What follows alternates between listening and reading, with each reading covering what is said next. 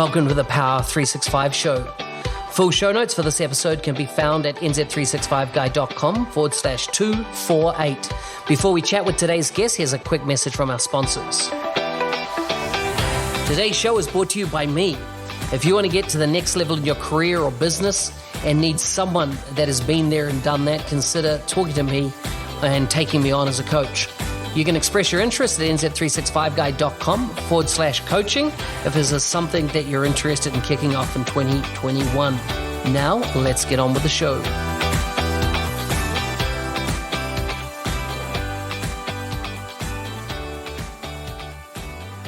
Well, today's guest is from Miami in Fort Lauderdale area in USA. He's the principal program manager at Microsoft. He spent the last 4 years, or he spent actually 4 years building, I don't know if it's the last 4 years, building out the universe resource scheduling functionality. And that scheduling is used, of course, to power a field project and customer service. He's worked from home for the last 10 years. Welcome to the show, Daniel Gittler. Thank you so much, Mark. I really appreciate you having me on. So, of that, did I get any of it wrong? Is that correct? Just my last name being Gittler. That was really it. Other than Glitter. Otherwise, you nailed it. Excellent. I always just think of, I don't know. Do you know Chris Huntingford? Of course. That guy's the glitter bomb king. And whenever I just see your name, I just imagine glitter going everywhere. So, but of course, it's Gittler, isn't it? Yeah, it's funny. I got my driver's permit years ago, and I got so excited I could start driving. I leave, and my driver's permit somehow says glitter on it. I was like, oh, God. Right? I have to go back and do it again. Very common. That is awesome. So tell us a bit about family, food and fun, all the things you don't, when you're not thinking about work, what do you get up to? Oh, that's a good question. I had to actually think about it because I think about work so much. So family's an easy one to think about. I got awesome wife. I got married in 2011. So been approaching 10 years already. And then I actually just had my third kid. So he's about 6 months old. So I have a five-year-old daughter. I got a 3-year-old son and now a 6-month-old son. So that's got my hands full in the best of ways and spend as much time as possible with them. So that's been with all the negatives of COVID, one of the positives is that forced just time at home with family all the time. That's been fantastic. And between work and that, it takes up most of my time. But for fun, despite my 5'8" frame, I'm pre-COVID. I'm in a bunch of basketball leagues. I like going to the beach and playing spike ball a bunch. So anything that's kind of competitive sports is that, and of course tequila. Those are the things that I do for fun overall. Nice. So, you've mentioned a subject that have keen interest in, which of course is tequila. Yeah. And so tell me, I was brought up in a country where tequila was the drink that, at the bar, those were the shots that were purchased. It was always a cheap, crummy tequila. And of course, it got a stigma with it. It wasn't actually till I went to Hong Kong that I really started, there's some amazing bars in Hong Kong and I got to experience some really, should we say, top shelf tequilas, and my whole perception of tequila changed and I fell in love with it. I found it's absolutely, to drink straight, amazing drink as even a sipper rather than just a shot type drink. Do you have any favorites? Yeah. So it's funny you say that, right? When you're a little younger shooting it, right? So it's, you're doing that Cuervo Gold, then it's just like, it's ruthless. And then you start to explore and learn about the better stuff. And it's exactly throw one cube in there and just sip and it's amazing. The problem is I've gotten spoiled in my palate. So as you swim upstream, I think tequila of all the boozes has the biggest difference between like cheap and good, right? And every level you go seems to get better. So so Don Julio 1942 is always incredible. There's this bottle Avion 44 that I absolutely love. Nice. And then Clase Azul, it's almost like it's sweet. So it almost doesn't taste like a normal tequila, but that's the one. I don't know if you've seen it. It looks like a vase almost, and that's an amazing bottle. But if I'm not trying to break the bank, just Casamigos, Reposado, or Anejo is like a good, reasonable bottle that's still good to put on ice and just sip at. And that's kind of like a go-to of mine too. So those are my amazing. favorites. Very nice. I don't know if this is correct, but I heard that of all the spirits that are out there, most spirits are a downer, as in the physiological change they make in your body. Apart from tequila, it's actually really is an upper. My experience of all alcohols, it's always been an upper, but I mean, that just might be my unique metabolism. I was going to say, I'm usually in an environment with people that it's always an upper, but it's true. You don't ever feel as heavy. Like if I sit down with a scotch or bourbon, like if it's kind of at more of a meal, you can kind of feel that heaviness. I don't know if downer is the word, but it could like kind of make you slump in your seat a little more. But yeah, tequila, I'm always up. I'm upright or standing or dancing or something. So I always find it to be good fun for sure. Yeah, nice. So let's switch gears and look at, I've titled the show Implementation of Microsoft Field Service. And of course, your experience with this whole, suite of products and now that are in Microsoft's BizApp portfolio started right back, correct me if I'm wrong, was with FieldOne systems, back in the day. And I remember that product in market. Tell us about your journey, about FieldOne and ultimately coming to Microsoft. Yeah. So back in, you got the timeline right. So I was back in this already 2008, and I was coming out of a sabbatical for like a year and a half studying in Israel. And I was about to start college. And so I was looking for a summer gig, and I got connected to the CEO of FieldOne at the time, very small company. And I went there to just kind of sell this field service product, which at the time was client server, Borland Delphi, right? Not built on the Microsoft stack. And at the end of the summer, I looked up and I'm like, wow, this there's a massive market for this. And we were targeting SMB, but everyone was kind of still in that stage, pen, paper, the mobile applications were Windows Mobile at that time. And so then I looked up and I was like, wow, this is something very real. And I love the people I work with. And all those people are still at Microsoft today. And so we kind of fast forward and we grew and grew. And as any startup, kind of change your role based on what the company needs and do a little bit of everything. And then probably about 6-7 years ago, we were swimming upstream. We were getting these requests from customers that as the deals were getting bigger from who we were talking to. So instead of it being the 10, 20, 30, we're talking hundreds and sometimes thousands. Everyone had their own requirements that they needed, and so we realized at that point we really needed the extensibility, but we also needed the power of being on the Microsoft platform, because also a company is going to bet on a software built on a Microsoft backbone more than proprietary backend. And so, it was a brilliant move by our CEO, and it was a tough one because you fall in love with the product, and we replatformed it on top of Dynamics as an ISV, and frankly, one of the first kind of real solutions on top of it being marketed. And that ended up being just an absolutely great move, because Microsoft went ahead 5 years ago and scooped us up. And that's what's now Microsoft Field Service. Yeah, and of course, around that time, Microsoft was scooping up a bunch of players in the market. And some of the acquisitions were great, some of them not so much. But of course, your one specifically was one of those massive success stories of the Microsoft. But before we go there, tell me about what were the moving parts of FieldOne systems. And like, I knew you had a dependency on Dynamics CRM, it would have been called back then. Yeah. You correct me if I'm wrong, you had ADX Studio and Play for your portal piece? Correct. What else? We were leveraging the Resco for our mobile capabilities. Yep. And everything else was on the Microsoft stack, right? We had our own version of the schedule board, which is a web resource. So we used a control from a partner and built obviously all the back end, but just so the UI was there. And everything else was really, just IP on top of the Microsoft stack, which is, I think, one of the reasons it translated so well, because we really decided to stay as close to the development ecosystem as possible. Yeah.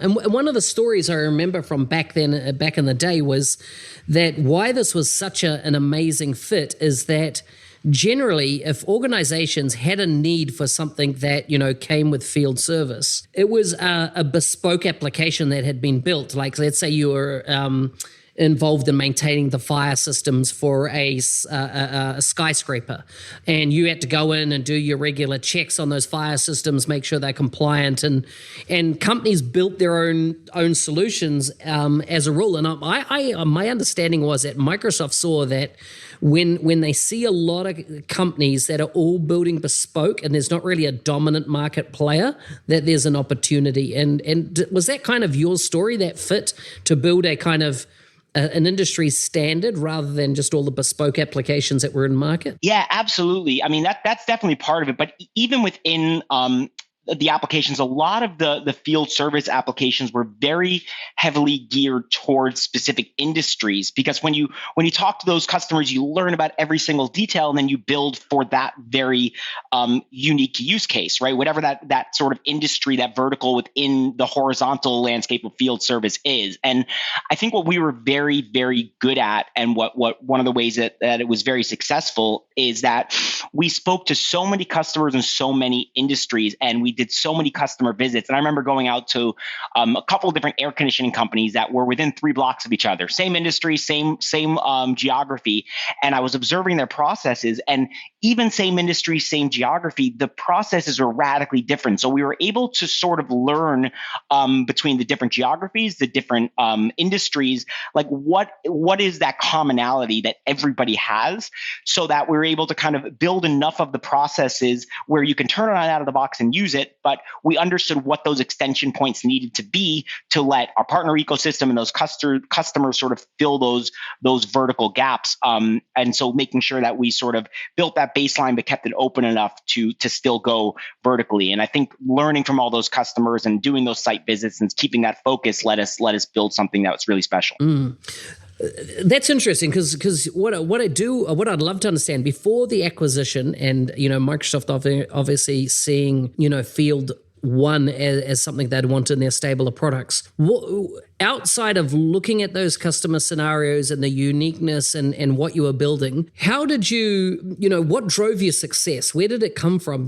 Did you have a superior way of selling? Did you have a superior way of engineering or R&D and your kind of release process? If you were to distill down, what were some of the secret ingredients to your successes as an ISV pre-sale? What did you see? Yeah, it's going to be a little redundant with my previous answer, but it's just the truth, which is it's such a customer obsession. We didn't have a single conversation until it came time to actually for the engineers to build it. That wasn't the sentence started with this customer or that customer, and that's from the sales process too. So I actually refuse at some point, as I shifted roles in the startup to what we needed. I was doing the demos for the enterprise customers, and sometimes one of the sales reps would come and say, "Hey, they got to do this demo tomorrow. They really want to see it," and I personally refused to even do a demo till I had the opportunity to learn about that customer. And so I think really by focusing in on the real needs, the exact processes,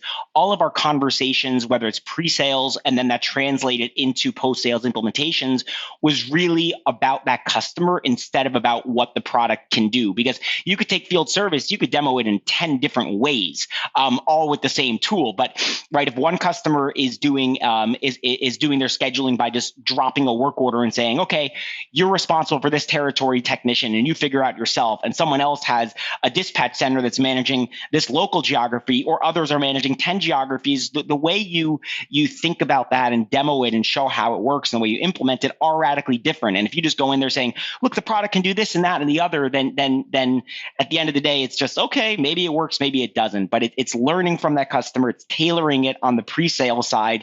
And then additionally, when we had to actually go through any sort of development, it was always through that customer prism. So I would say that's one side of it. And the other side of it was, I think it's really about, and might be cliche, but it's just persistence and a desire to succeed for those customers, right? We understood the opportunity we had, and our CEO and our dev team, worked long hours, very persistent, and always sort of found that way, whether it's helping in the pre-sales or whether it was actually getting features done on time to kind of land these deals. And I think between those two, those are the biggest qualities. Wow, amazing. So now we have Microsoft Field Service and, of course, a range of tools that are now in the suite. When you explain today, after all these years working within it to, let's say, a new customer, it might be a large customer that Microsoft's wanting to engage with, how do you explain field service? And I know that question in line of what you've just said in regards to, you'd explain it differently to each one. But if you were talking maybe to a partner, how would you fill them with the passion to make either field service part of their portfolio that they go to their customers with, or why customers should consider Microsoft Field Service? Yeah, the one of the ways to put it, if you're explaining it to a field service organization, you can explain it through their processes. But I think one of the easiest way to relate this broadly is if you put yourself in the shoes of a consumer. So we all can think about when our refrigerator breaks, or when we're having some kind of problem with some appliance, right? And historically, what happens? You call the company. You can't go through chat or anything along those lines. You call them. You got to get them on the phone. Give them all your information 2 or 3 times, and they tell you, okay, we'll be there from somewhere between 9 to 5 over the next couple of days. We'll call you later and we'll let you know. And then they finally show up. Oh, I see the problem. I got to go ahead and I got to order those parts. And so now as a customer, I'm waiting another few days for my appliance to come back online. And then, or they send someone and say, I got to get someone else that's more skilled in this. And then afterwards I call back the company as a consumer and say, hey, what's the status? They say, oh, let me transfer you to the other department who has that information on the main customer service line.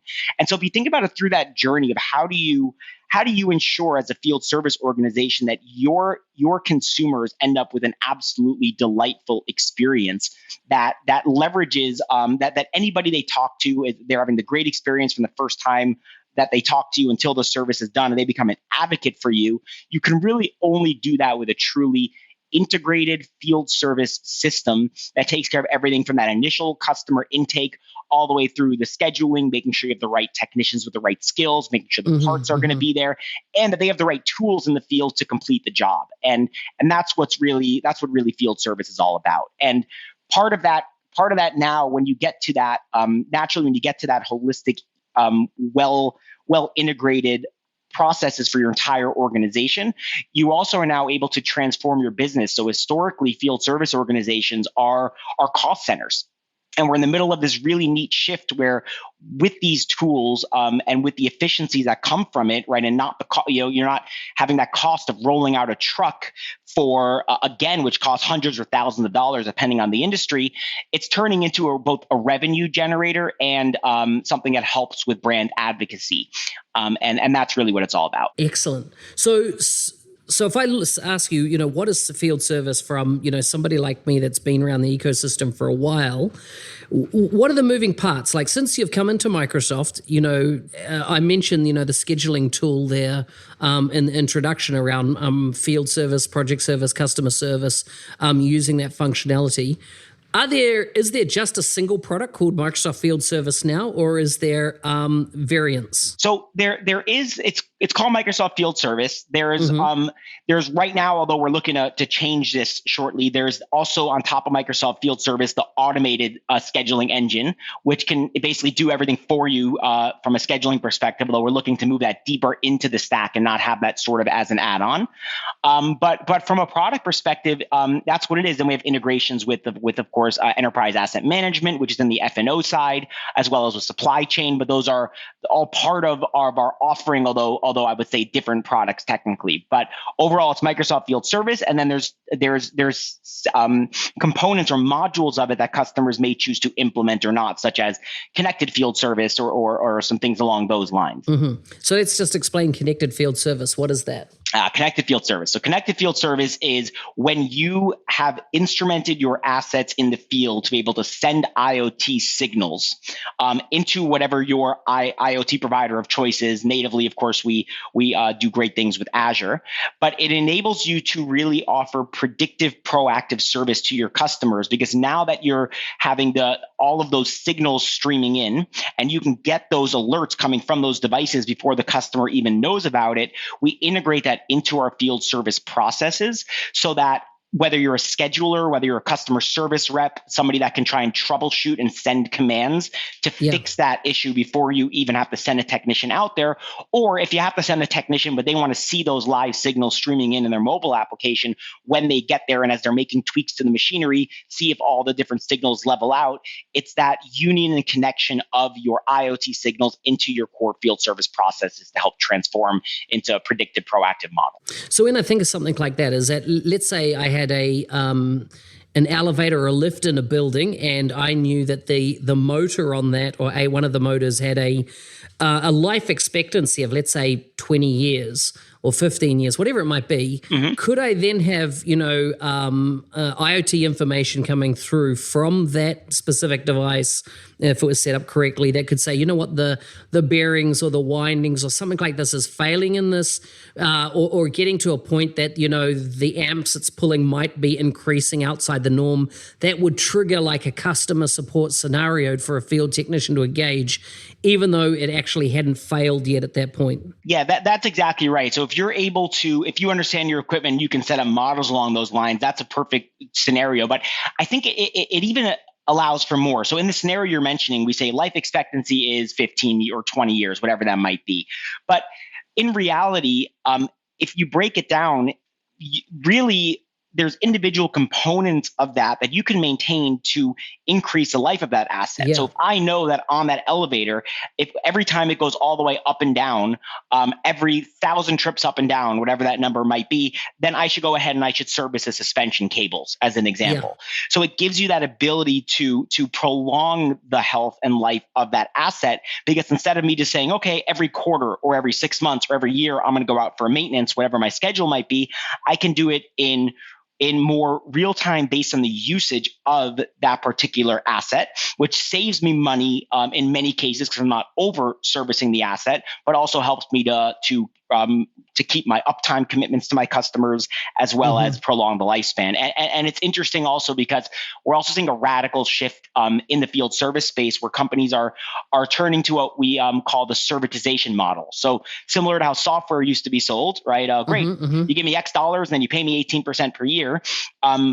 That's always how assets are sold. You buy, your elevator or whatever your asset might be, and then you have someone come out monthly and service it. But there's more and more industries that are basically saying, you know what, why don't you go ahead and you'll just pay us a monthly fee for using the asset. So you're basically leasing it, but as part of that, the field service company is responsible for the uptime. And so if you're servicing it more, you're going to lose money. If the equipment goes down, that's on the hook. So there's this very, very fine line of making sure you're providing service at the right time so that it's up and running, but that you're profitable. Printing is another big one that's doing that now. They're giving the customers a printer on a monthly rate, and they're saying you can have up to X prints included in your monthly fee. But how do you track that? How do you do it, right? And so these things are now instrumented. You're getting those signals, they're streaming into field service, and it allows you to transform into that servitization model. Interesting. I mean, great industry examples there. What are you seeing where partners are really excelling with field service, and not just in the US, but even across the globe, those that have bubbled up through, and across your radar? What are you seeing around industry verticalizations that are happening using Microsoft Field Service? Is it lending itself, and I'm once again focused on the partner ecosystem. Are you seeing partners, in specific industries that are really excelling as opposed to others?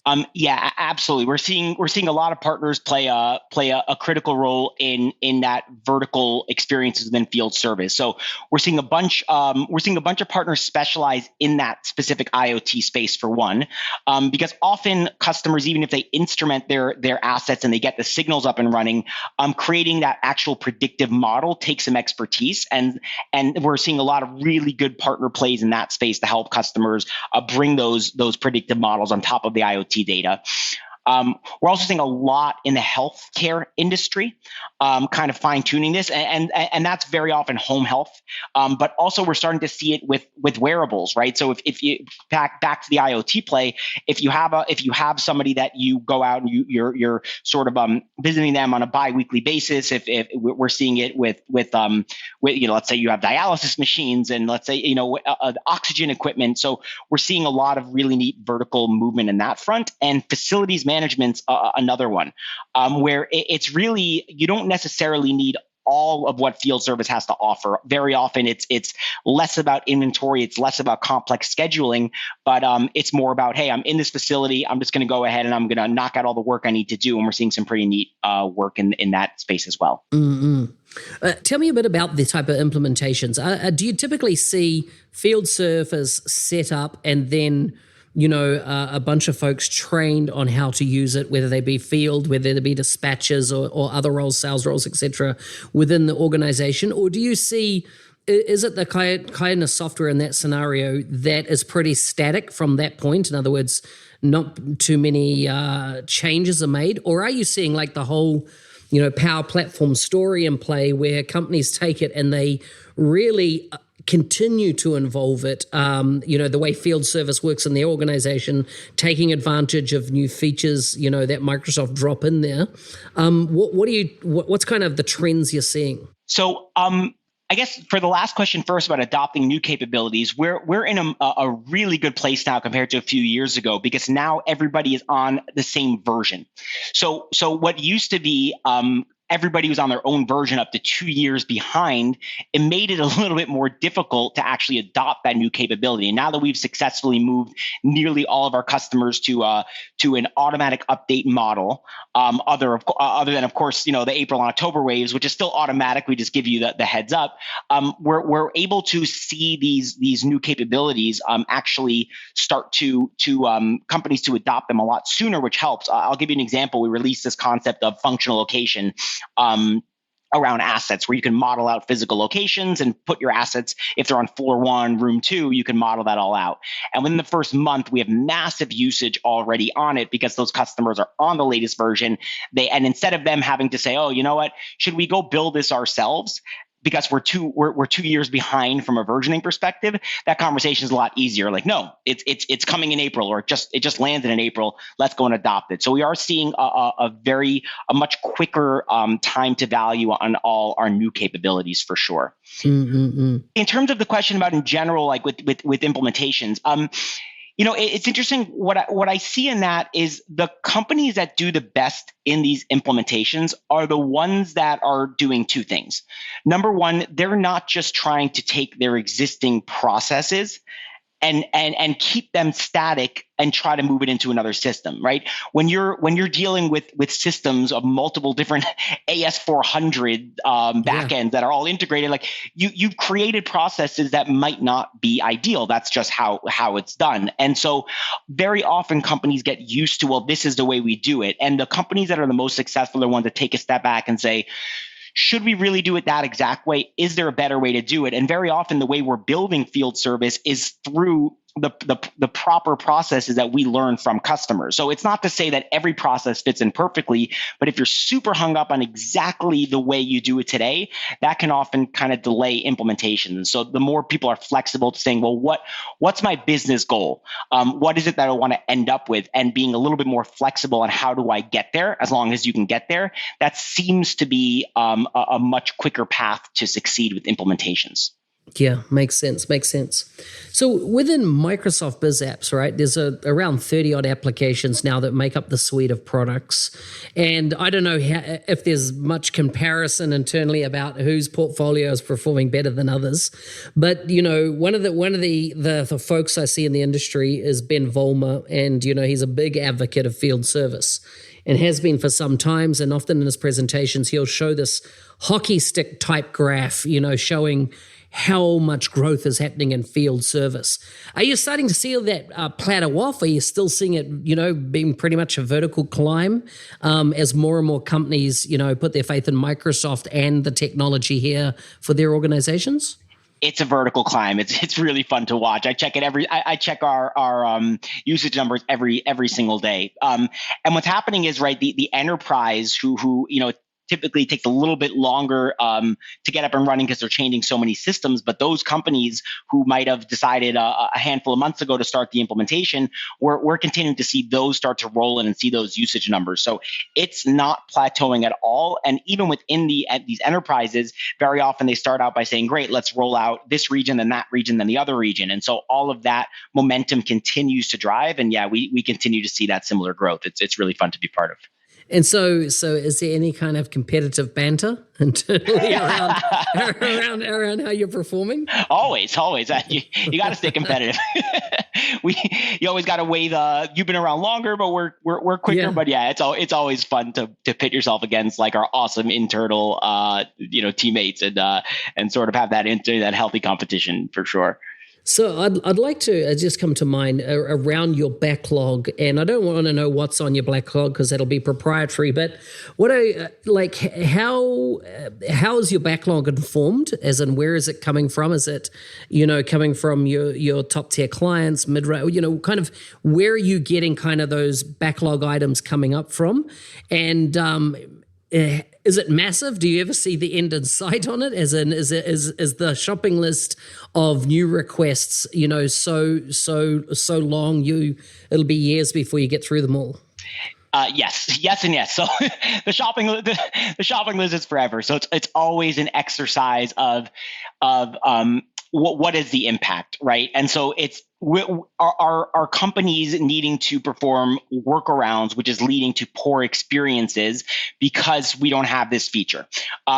Is this preventing our growth, right? Is this something that competitors are doing? So it's always these conversations about weighing how much positive impact will this have on the broader customer base, and then within the feature development, how do you build it in such a way that you can hit at least at 85-90% of the scenarios? And can you leave that 10-15% extensible enough, knowing that there's a couple of edge cases you won't hit, but that partners can go ahead or customers can go ahead and fill. So yeah, the backlog is absolutely endless. In fact, I don't even know if I have a list that I revisit every 6 months or so just to see if there's anything that slipped. But we really source these ideas from the field, and the field includes our customers, of whom are constantly awesomely logging ideas through the ideas portal. So we monitor that really closely. We get a lot of feedback from our partner ecosystem. And then we have a lot of really direct relationships with customers, marquee customers as well. And so you talk to enough people, you learn what actually needs to get done. And then we compare it to our strategy for growth and customer satisfaction. And there's a union in there. If you draw a Venn diagram, that helps us sort of decide what to do and always weigh the balance of continuous incremental improvements along with big bets that we like to make as well. Mm-hmm. So I'm going to ask you an off the wall question here. If you were making a recommendation, someone said to you, I'm a scheduler. What size computer monitor screen should I have? What would you recommend? I would say big. You know what? It's funny. It's less have about. Have you seen any kind of really large screen implement? Because sometimes those scheduling boards can be massive. Yeah, and you don't want scroll bars. I've seen TV monitors. I would say firstly, it's less about monitor size, more about the pixels. Right, is number one. Right, like the quality of the monitor is even more important. If you end up with the hybrid of the two of hey, I can have this awesomely giant monitor with a really high quality and density, then you're in better shape. But I would say also part of this depends on what your day-to-day activities are. So if you're a scheduler that's scheduling multiple different territories, for example, and you're constantly jumping between calls and managing them, right? You might want to get a couple of them because then you don't have to constantly be tabbing back and forth. If you're more just kind of looking at one area, or you take all your areas and put them on one board, then you might be all right with one with high density. But I would say the higher density you can get your company to give you, you're in better shape. Right. So when you said, pixel quality, et cetera, 8K jumps to mind for me. So that's your recommendation? 8K resolution? 8K at least. Amazing. So tell me about, somebody interested in staking their career on field service. I often get asked, from a lot of people actually in the community, which app should I spend my time on? Which app should I become a guru on? And I give the best advice that I have. Now, in your situation, you're bound to have seen a lot of people working in the field space now over, the 10 odd years that you've been doing it. Are people able to totally build a career around Microsoft Field Service, whether they be from the dev side, functional, or consulting in the space? What are you seeing? Oh, 100%. I mean, we've seen so many partners who have some of them just pivoted and said, we're just doing field service, or others spun up entire divisions just for field service. And they frankly can't keep up with all the business they're getting. And if you can become someone that is a subject matter expert in field service, including the depth of processes and how businesses operate, and being an advisor and being able to challenge the customers on some of their assumptions, there is such a market for that. Right. When it gets into development a bit, the more you know, the better. But at the end of the day, it's more about understanding the stack and the Power Platform and how you build on it. But from more of a functional consultant perspective, there's more projects than qualified functional consultants right now. And that's if that's a space that you can position into and transition, there's a really big market, and I believe you can stake your career on that, no question about it. Yeah, awesome. So tell me a bit about, what you can around asset management. It's another big area for organizations, and, asset management naturally lends itself into this whole area of field service. What are your plans and what are you thinking about in this space?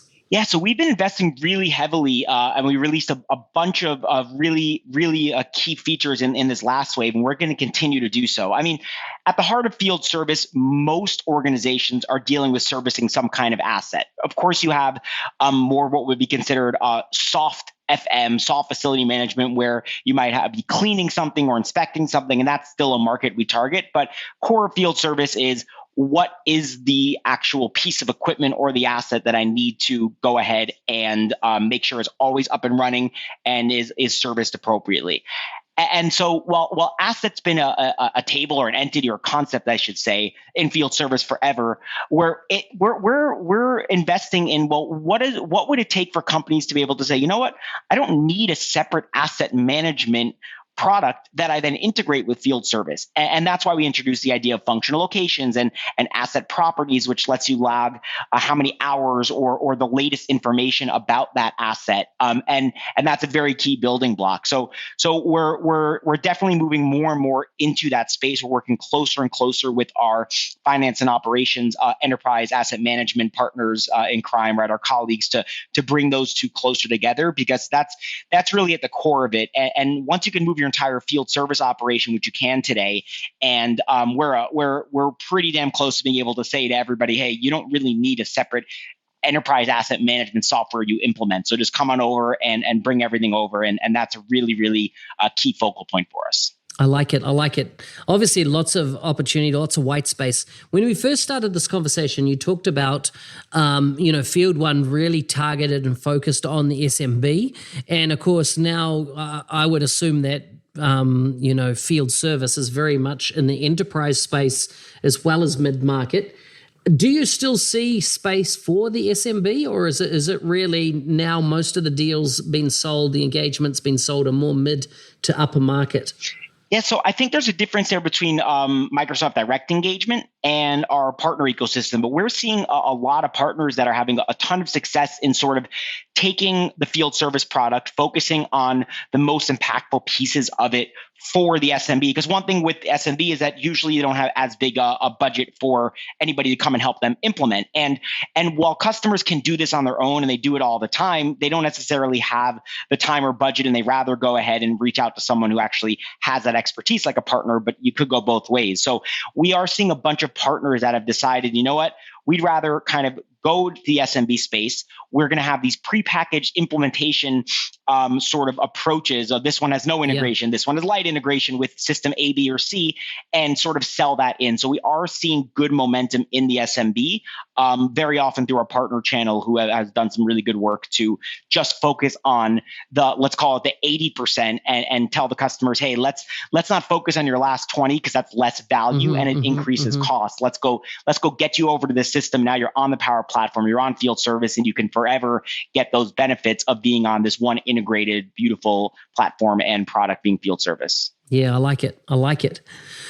Okay, I always like to get on some quick fire questions, but before we do, is anyone else in Microsoft that you feel I should get on the show as a guest? See, this is dangerous because they might say, "Yeah, I'm really busy."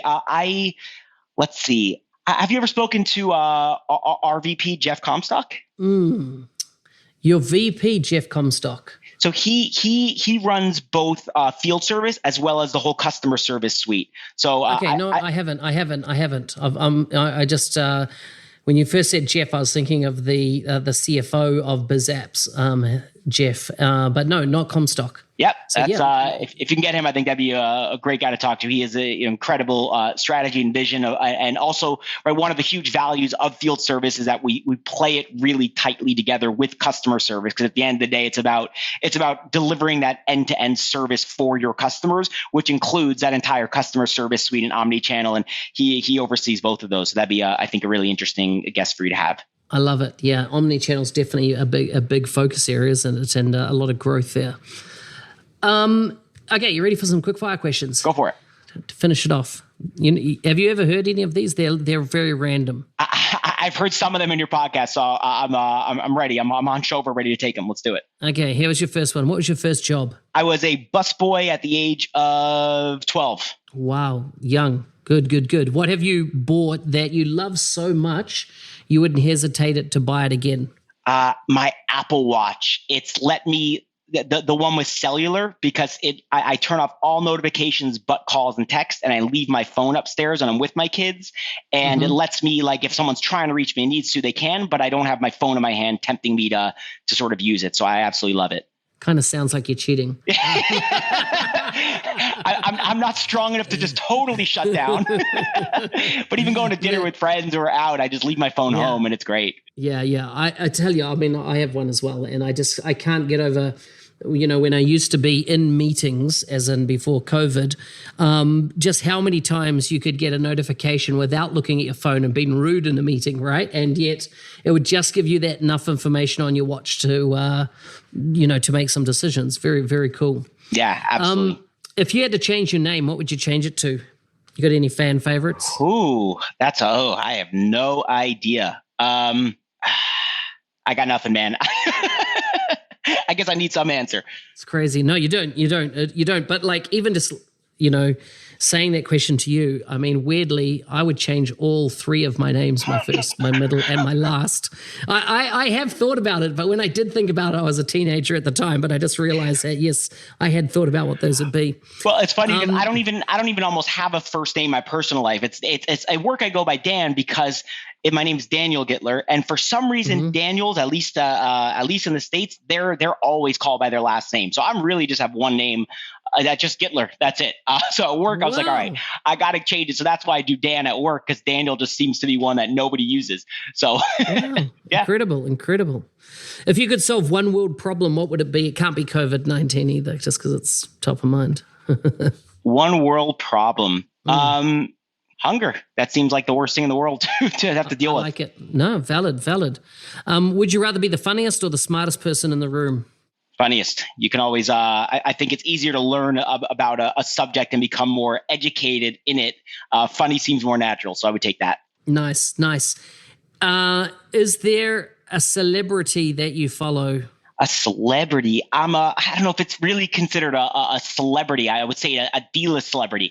I listen to it's a sportscaster. His name is Dan Le Batard, and he does a podcast daily. But it's very much weaves in, like, it's loosely around sports, but it goes into a lot of social issues and gives me a lot of perspective that I don't get in my day to day. So that's someone that I follow very closely. I love it. Dan, it's been great to have you on the show. Are you on Twitter at all? I couldn't see you on Twitter. I assume you are. I'm a consumer, but I'm not actually active. Yeah. So LinkedIn's probably the better place to follow anything I got going on. Awesome. So thank you so much, mate. Have a good rest of your week. Enjoy Thanksgiving, and we'll talk again sometime. Thank you. Good to talk, and congrats on your new edition. Thank you. Bye-bye. Take care, Mark.